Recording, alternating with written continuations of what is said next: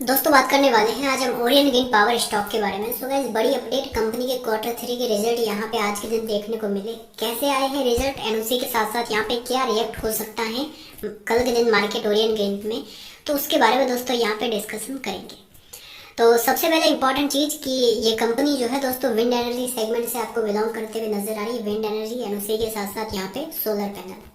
तो इस बिजनेस में फ्यूचर ग्रोथ तो हमें शानदार देखने को मिलती है, लेकिन इस बिजनेस में दोस्तों बजट की भी बहुत ज़्यादा ज़रूरत रहती है। फंड जो है इस बिजनेस में बहुत ज़्यादा चाहिए रहता है। तो इस वजह से आप देखेंगे तो बहुत सारी कंपनियां जो है जो पावर सेगमेंट में उनके ऊपर लोन भी ज़्यादा रहता है। तो ये जो कंपनियां हैं वो स्ट्रगल करती है दोस्तों बहुत ज़्यादा, लेकिन आने वाले टाइम में फ्यूचर जो है इन्हीं का हमें देखने को मिल रहा है। मार्केट कैप की बात की जाए 753 करोड़ का मार्केट कैप है एंड उसी के साथ साथ यहाँ पर 10 रुपये स्टॉक का प्राइस चल रहा है।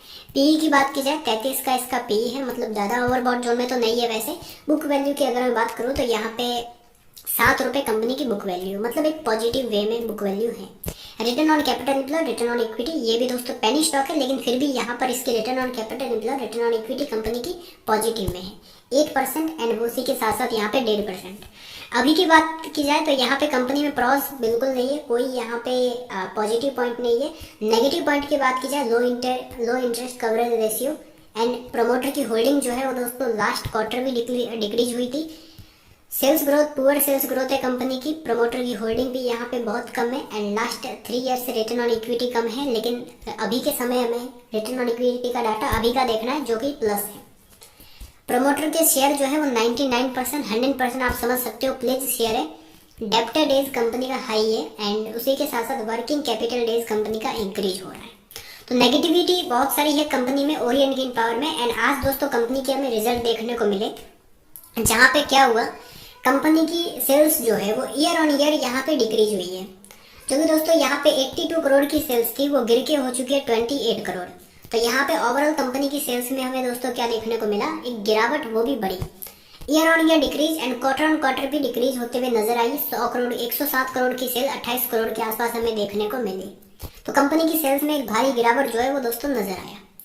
अब आगे का डाटा यहाँ पे आपको बताऊं तो कंपनी का ओपीएम ऑपरेटिंग प्रॉफिट मार्जिन, उसमें भी हमें देखने को मिली बड़ी गिरावट, जो 31% के आसपास कंपनी का ओपीएम आ गया। लास्ट क्वार्टर 3 के रिजल्ट में 72 का ओपीएम था, लास्ट क्वार्टर 80 का था, अभी 31 देखने को मिला। लेकिन फिर भी कंपनी के जो सबसे इंपॉर्टेंट चीज की कंपनी की अदर इनकम है उसमें शानदार परफॉर्मेंस देखने को मिला। एंड जो लास्ट क्वार्टर -5 करोड़ की अदर इनकम थी, लास्ट ईयर क्वार्टर 3 में यहाँ पे आपको -1 करोड़ की अदर इनकम देखने को मिल रही थी, वो अब इस बार दोस्तों 47 करोड़ की अदर इनकम हमें देखने को मिली। तो ओवरऑल इस वजह से कंपनी के रिजल्ट जो है अच्छे रहते हुए देखने को मिले। एंड इसी वजह से यहाँ पर हमें ये नजर आया कि लास्ट ईयर क्वार्टर 3 के रिजल्ट में जो 6 करोड़ की सेल प्रॉफिट हुआ था, 6 करोड़ 28 लाख का, वो बढ़ के हो गया है दोस्तों यहाँ पे 9 करोड़ 74 लाख। तो कंपनी का प्रॉफिट यहाँ पे quarter on quarter base increase होते हुए दोस्तों यहाँ पे नजर आया। ईयर ऑन ईयर की बात ईयर ऑन ईयर इंक्रीज हुआ है एंड क्वार्टर ऑन क्वार्टर यहाँ पे डिक्रीज होते हुए देखने को मिला। जो लास्ट क्वार्टर 33 करोड़ 80 लाख का था, वो भी 9 करोड़ 74 लाख का हमें देखने को मिलता है। अब सबसे जरूरी चीज दोस्तों यहाँ पे अगर मैं यहाँ पे आपको बताऊं तो कंपनी में अगर आप ध्यान से देखेंगे तो इंटरेस्ट जो है वो कम हो रहा है। कंपनी अपना जो कर्जा है वो कम कर रही है और कंपनी ने 300 मेगावाट का प्लांट जो है इंफ्रास्ट्रक्चर करने के लिए, मतलब 300 मेगावाट का प्लांट बनाने के लिए एक ऑर्डर जो है वो दे रखा है। अब कंपनी का दोस्तों यहाँ पे हमें ये नजर आएगा कि 300 मेगावाट का प्लांट जो है वो बनेगा। अब उससे भी कंपनी का आने वाले टाइम में रेवेन्यू जो है वो आते हुए देखने को मिलेगा।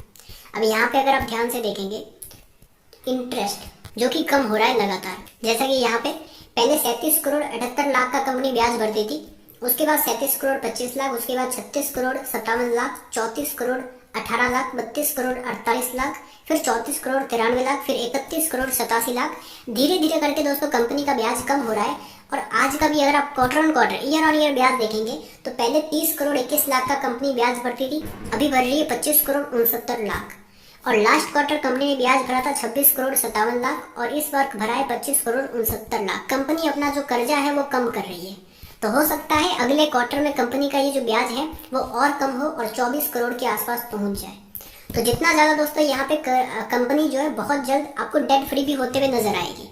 तो बहुत जल्द अगर कंपनी डेट फ्री होती है तो यहाँ पे ये 25 करोड़ का ब्याज जो है वो भी नहीं भरना पड़ेगा और ये जो है कंपनी की मेन बचत होगी और इस बचत से कंपनी अपने जो है प्लांट और लगाएगी। तो कुल मिला के अगर इसमें लॉन्ग टर्म विजन आप रखते हैं, देखिए ये रिजल्ट हालांकि हमें नेगेटिव देखने को मिले हैं क्योंकि सेल्स जो है वो बहुत ज़्यादा गिर चुकी है। प्रॉफिट के मामले में देखा जाए तो रिजल्ट अच्छे हैं, लेकिन अगर आपका नज़रिया दोस्तों लॉन्ग टर्म का है तो यहाँ पे आप रुक सकते हैं, लेकिन सारा अमाउंट इस शेयर में नहीं लगाना है। स्टेप बाय स्टेप आपको कोई बड़ी क्वांटिटी बाई नहीं करनी है, आपको सिर्फ बाइंग करने हैं कुछ ही शेयर्स।